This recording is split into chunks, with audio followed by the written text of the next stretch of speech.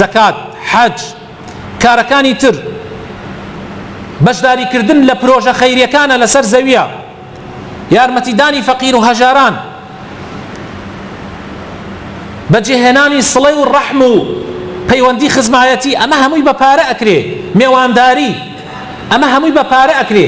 جا ئینسانی مسلمان کە بە ڕێگای حەڵاڵ ئەمانە بەدەست دێنێ، ئەوە هەمووی عیبادەتە.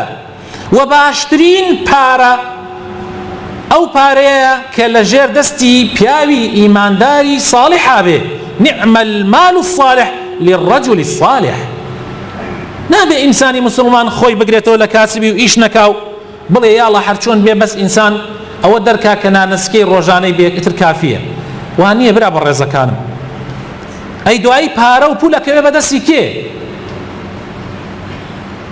مامۆستایەکی بەڕێزم ڕۆژێکیان لە مالیزیایە، ئێستا لەوێ لە زانکۆی ئیسلامی لە مالیزیا دەرسەداتەوە، وتی مالیزیا دەوڵەتێکی ئیسلامیە، زیاد لە 60 تقریبان لە سەتی ئیسلامە، باقیەکەیشی سینین، یعنی هندۆس بوذین، دیانەتێکی غەیری ئیسلام.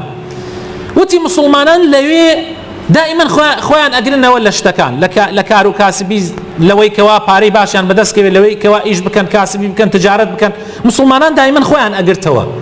ئەیوت ئێستا ئەو وڵاتە کە وڵاتێکی ئیسلامیە کە شانازیە بۆ هەموو مسلمان، وڵاتێکی پێشکەوتووە، ئەیوت خەریکە سینیەکان کە کەمینەن لەوێ زاڵ ببن بەسەر مسلمانانە، لەبەر ئەوەی پارە و پولەکە خەریکە هەموو کردێتە دەستی سینیەکان. مسلمانان هەر خۆیان ئەگرنە دواوە. وا ئەزانن پارە حرامە ئەگەر ئینسان هەوڵی بۆ بدە. نەبرا بەڕێزەکانم، پارە حرامە ئەگەر بە ڕێگای حرام هەوڵی بۆ بدەیت، بەڵام پارە حەڵاڵە و پاکە و بەڵک و بگرە. زۆر جار ئەڕاتە بابی واجباتیشەوە ئەگەر بە ڕێگای حەڵاڵ و بە ڕێگای مەشروع هەوڵی بۆ بدەیت و پەیدای بکەیت.